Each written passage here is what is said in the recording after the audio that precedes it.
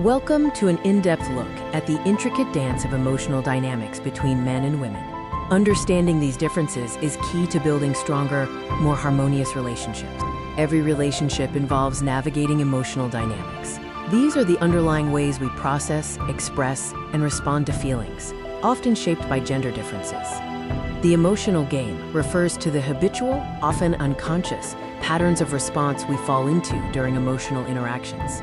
It exists because men and women often prioritize different emotional needs. We'll explore common distinctions in how men and women typically approach emotional challenges, communication styles, and needs within a relationship.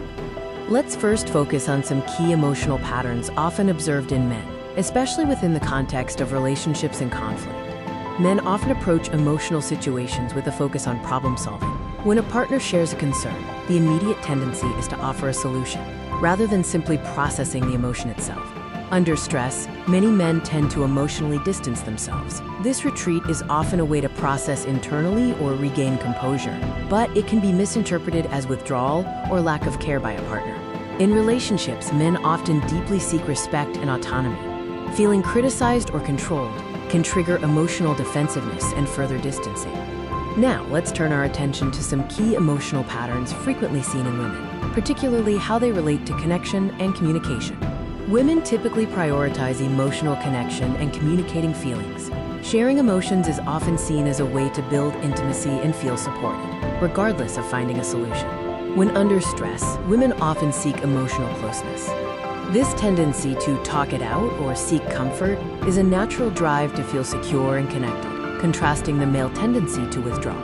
For women, validation and understanding are crucial. When expressing distress, hearing "I understand" often matters more than being given practical steps to solve the issue. When these differing emotional styles meet, misunderstandings and conflict are inevitable. Let's look at how these differences manifest during conflict. The core clash often happens when a man attempts to, quote, fix a problem, which to a woman can sound like minimizing her feelings, when all she really wanted was to be heard and emotionally supported. This is often referred to as the, quote, pursuer-distancer dynamic. The woman pursues closeness during stress, while the man distances himself for space, leading to a cycle of mounting frustration for both partners.